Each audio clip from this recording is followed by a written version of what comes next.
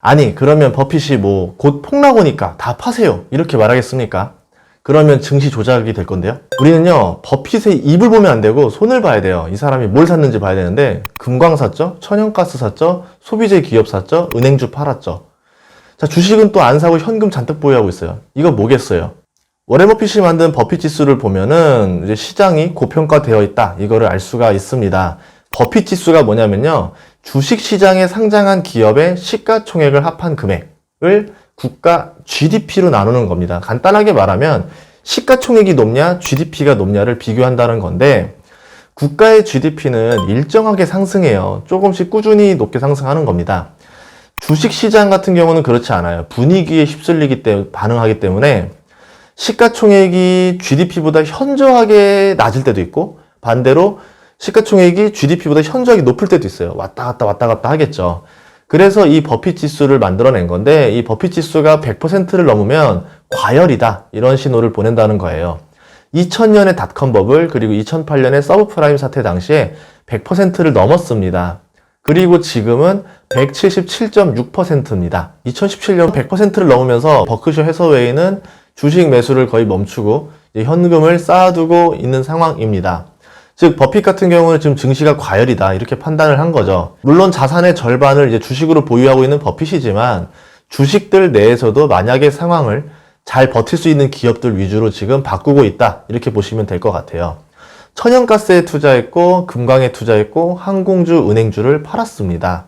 이렇던 저렇던 간에 지금 투자한 현금도 얼마 되지 않습니다. 천연가스도 부채를 인수하는 조건이 들어있어요. 그래서 몇 조 거의 안 썼고, 금광도 지금 제가 주식수 곱하기 이제 주가를 알아봤더니 6천억 정도 수준입니다.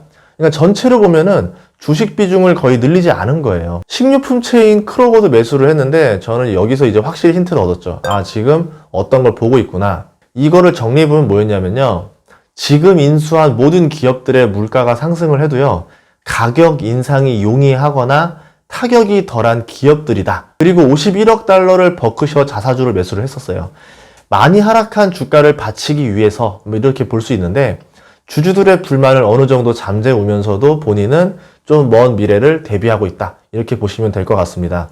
배당을 하면 되지 않겠냐, 뭐 이렇게 말하겠지만, 버핏 자체가 원래 배당은 손해라고 생각하는 사람이에요.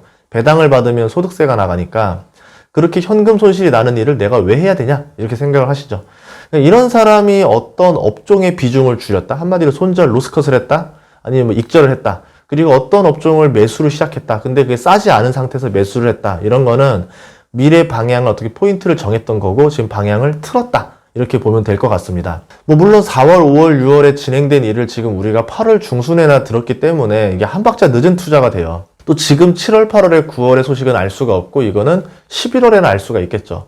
그래서 더는 또 늦을 수가 없다는 얘기인데, 지금 나온 힌트만 가지고 저도 자산 재조정을 해야 되는 상황에 처한 겁니다. 지금은 저성장 국면이고요. GDP 성장률은 지금 마이너스를 기록하고 있습니다. 코로나 상황을 봤더니 이번 가을에도 이어질 것으로 보이고, 경제 정상화는 빨라야 연말 아니면 뭐 내년이나 회복이 될 것 같은데요. 나온다고 하는 백신은 나온 적이 없고, 뭐 내년 상반기나 돼야 이제 뭐 나올 거다, 이런 말들이 지금 지도자들 입에서 나오고 있는 상황이라는 거죠. 그러니까 한동안은 저성장 시기를 벗어날 수 없다, 이런 뜻으로 받아들이면 됩니다. 그런데 버핏은 왜 물가가 오른다, 이렇게 생각을 했을까요? 저성장인 상황에서는 물가가 오르지 않는 게 일반적이에요. 그런데 여기서 물가가 오른다라 보는 거죠. 우리는 이거를 스태그플레이션, 이렇게 부릅니다. 경제가 좋아지면서 물가가 오르면 인플레이션, 경제가 나빠지면서 물가가 내리면 디플레이션인데, 스태그는 이 둘의 단점만 뽑아낸 거예요. 합병증이라는 거죠. 스태그플레이션에 대한 우려는 제가 올린 스태그플레이션 영상이 있으니까 이거를 좀 참조해 주시길 바라고요. 경제가 나쁜데 물가가 오르면 국가는 손을 쓸 방법이 없다라는 게 지금 결론입니다. 돈을 풀어서 경제를 끌어올리려고 했다가는 물가가 말도 안 되게 올라갈 거예요. 스태그 상황에서는. 그러면 생계가 어려워진 국민들이 길거리로 나옵니다. 그러면 정치적 불안이 되는 거예요. 반대로 물가를 잡기 위해서 금리를 올리고 유동성을 회수해 가면요, 국민들, 기업들이 망하겠죠. 결국 둘 중에 하나를 택해야 되는데, 보통은 이 후자를 택합니다. 이게 스태그플레이션이에요. 1차 석유 파동 때가 이제 스태그플레이션이었었는데, 이거 보면은 미국 S&P 500 지수가 118에서 63으로 거의 반토막이 납니다. 증시에 곡소리가 났었죠. 2차 석유 파동이 1980년에 났었는데, 이때도 이제 S&P 500 지수가 141에서 106으로 30% 폭락이 벌어집니다. 이후에는 V자 반등이 나오면서 증시는 이제 한 단계 업그레이드가 됐는데 우선은 이 소나기를 맞지 않아야 다음 V자 반등에서 돈을 벌 수가 있다라는 거죠. 여기서 돈 다 잃고 난 다음에는 상승장을 손가락 빨면서 지켜만 봐야 된다는 얘기인데 그래서 소나기를 피하는 게 굉장히 중요하다라는 게 장기 투자의 핵심입니다. 1970년대, 80년대, 그리고 2007년 모두 스태그플레이션이 왔던 시기였었는데 이때마다 버핏이 잘 피해 다녔어요. 한마디로 살아남았다는 얘기입니다. 그렇게 돼서 돈을 벌었고요. 지금의 세계 2위 부자 반열에 올라온 사람입니다. 본인이 제일 잘할 수 있는 특기를 발휘하는 시기가 드디어 도래한 거죠. 그래서 본능적으로 지금 그의 손이 바빠지기 시작한 겁니다. 2007년에도 스태그플레이션에 대비하라고 경고를 했었어요. 워렌 버핏은요. 그런데 사람들이 콧방귀도 안 꼈었습니다.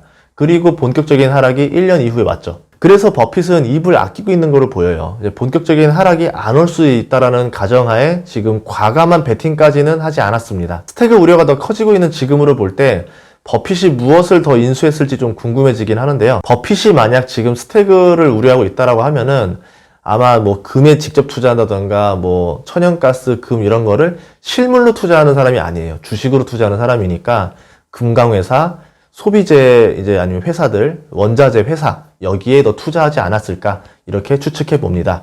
우선 2007년으로 회귀를 해보면 스태그 우려가 있던 시기 금 가격은 600달러대였었습니다. 그 이후에 금융위기가 왔고 유가가 이제 100달러를 넘어가면서 스태그플레이션과 비슷한 상황이 좀 오래 벌어졌었는데요.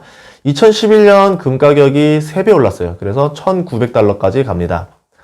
이때 금에 투자하는 방법도 있었겠지만 다른 방법도 있습니다. 스태그가 오지 않으면 금에 투자하게 되면 아무 이익도 가져갈 수가 없는 투자가 되기 때문에 그럴 경우에는 좀 피해를 최소화하고 만약에 금 가격이 오르면은 그거보다 돈을 더 벌 수 있는 그런 꽃놀이패 전략이 있어요. 대표적인 게 이제 금강회사에 투자하는 건데요. 우리나라로 치면 고려아연이 있습니다. 2008년에 고려아연을 4만 원에 샀다라고 하면은 2011년에 50만 원이 됐으니까 12배의 수익을 거둘 수가 있었죠. 고려아연은요, 지금 현재 세계 은채굴 1위 기업입니다. 연간 2,000톤이 넘고, 그리고 금도 재련하고 비금속 분야를 독점하고 있는 회사예요. 현재 주가가 좀 오르긴 했어요. 올랐지만, 그래도 배당이 지금 3.2% 정도 되고, 퍼가 13 정도 되니까 아직 견뎌볼 만한 투자는 되겠다라고 할 수 있는 거고요. 금은 이자가 나오지는 않지만 이제 금을 생산하는 재련하는 기업들은 배당을 주잖아요. 그래서 굉장히 이럴 때도 좋고 저럴 때도 좋은 꽃놀이패 전략으로 쓸 수가 있다. 그래서 역사적으로 보면은 금 상승기에는 금에 투자하는 것보다 금을 생산하는 기업이 투자하는 게 더 유리하다라고 말할 수 있는 거고요. 그래서 워렌 버핏이 지금 투자한 베리골드도 주가가 좀 급등하고 잠시 주춤했던 기간에 버핏이 매수한 게 아니냐 이렇게 볼 수 있다라는 거죠. 아마 이보다 더 싼 구간이 안 올 수도 있겠다. 이렇게 판단한 것 같고 그래도 작년보다는 좀 올랐지만 그래도 지금 지점에서 과감히 들어갔다라고 볼 수 있습니다. 버핏은 그러면 왜 폭락이 온다라고 말을 하지 않을까요? 버핏의 입에서는요, 단 한 번도 곧 폭락이 오니까 모두 대피하세요 이런 말을 한 적이 없습니다. 미국 증시의 거장이에요. 이 거장격인 버핏이 이런 말을 하게 되면요, 오지 않을 폭락도 오게 됩니다. 저 은행 곧 망해버려 라고 소문을 내면 어떻게 되겠습니까? 돈이 필요하지도 않은 사람들조차도 그 은행에 달려가서 돈을 찾으려고 하겠죠. 뱅크런이 벌어져요. 그럼 은행이 그냥 망해버립니다. 즉 경제는 심리의 영향이 굉장히 크다라는 거죠. 버핏도 주식 투자자예요. 상승을 해야 돈을 버는 사람이에요. 결국은. 그렇기 때문에 굳이 자기가 어떤 하락을 암시하는 말, 하락을 동조하는 말, 사람들을 부추기는 말 이런 말을 할 필요가 없다는 거죠. 어떤 지표를 보니까 그냥 문제가 있다. CDS에 문제가 있다. 지금 시중에 싼 주식이 없다. 이런 말들로 애들로 표현하는데 뭐 대중들이 그거를 듣고 힌트로 삼을 수도 있겠지만 버핏은 대중들에게 하는 말이 아니라 자신의 버크셔 해서웨이 투자자들이 왜 지금 과감하게 배팅하지 않냐라고 압박을 줄 때 해명하는 단어로 쓰는 말인 겁니다. 증시가 과열되는 거를 싫어하지만 본인이 또 막을 수도 없기 때문에 그냥 스스로 대비하는 역할을 하는 거라는 거죠. 본인은요, 언제 올지 모르는 그날을 이제 혼자서 묵묵히 대비하고 있는 겁니다. 2017년부터 주식을 과감하게 사들였으면은 당연히 현재 엄청난 부를 누렸겠지만 버핏 지수가 100% 넘는 과열된 시장에서 이게 언제 올지 모르는 하락에 대비하는 게 더 낫다고 생각하고 지금 거기에 집중하고 있다는 거죠. 사람들은 지금 워렌 버핏 보고 이제 한물 같다라고 말을 하는데 그냥 본인은 본인이 하는 루틴에 맞춰서 투자를 진행하고 있는 겁니다.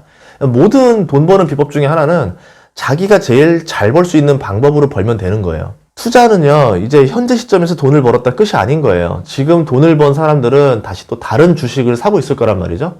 또 돈을 벌기 위해서. 고점이라는 경보음이 울려도 또 환호할 거예요. 3월 달에도 경보음 울렸어. 근데 그때 샀더니 돈 벌었잖아. 지금도 괜찮아. 라고 분명히 말을 할 겁니다. 경보음이 울려야 주가가 더 오를 수 있다. 이렇게 해석을 할 거란 말인 거죠. 2008년에 글로벌 금융위기로 전 세계 증시가 하락하기 전에 인터넷 글과 뉴스들이 이제 있었었잖아요. 그래서 제가 한번 읽어봤었어요. 2008년 3월에, 그러니까 한마디로 폭락이 벌어지기 6개월 전이죠. 이때 이제 인터넷과 뉴스에서도 증시와 부동산의 경보음을 울리는 글들이 굉장히 많았었습니다. 그리고 제가 한번 읽어봤는데, 최근에 읽어봤더니 소름 끼칠 정도였었어요. 6개월 뒤에 어떤 일이 벌어질지를 맞춘 글들이 꽤 있더라고요. 그런데 그런 글들에 댓글이 없었어요. 사람들은요, 그런 경고에 관심을 주지 않아요. 자기가 듣기 싫은 소리는 차단해버린다는 거죠. 당장 이거 사라 저거 사라 하는 뉴스들과 글들에는 댓글들이 많이 달렸었어요. 결국 8월 말이 되면서 어떻게 됐습니까? 증시와 부동산은 곡소리가 났었습니다. 그때 대처하면 되겠지라 생각을 했을 거예요. 아이 뭐 하락하면 그때 팔면 되지라 하는데 모두가 공포에 질려서 파는데 누가 제값에 사주겠어요. 특히 뭐 워렌 버핏 정도 되는 사람들은 그 물량을 사줄 사람도 없습니다. 그러니까 그냥 스스로 대비하는 거죠. 워렌 버핏도 스태그플레이션이 올지 말지는 확실하지 못하는 게 이제 경제라는 거예요. 경제는 살아있는 생물, 어떻게 바뀔지 알 수가 없습니다. 코로나로 바뀔 수도 있는 거고, 정치, 외교, 또 중동의 지금 상황, 신기술 등에 따라서 계속 바뀌니까, 경제는 바뀌니까 내가 지금 무조건 이게 올 거야. 여기에 내 전 재산을 베팅하겠어. 이거는 정말 위험한 투자가 된다라는 거죠. 그리고 경제는 길게 보면은 항상 우상향 했었습니다.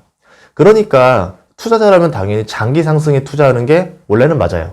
하지만 만약의 사태에 대비하지도 않고 자산이 반토막이 나버리면은 다음번에는 내가 투자할 돈이 존재하지 않을 수도 있다라는 거죠. 버핏도요, 지금 60% 정도의 주식을 보유하고는 있어요.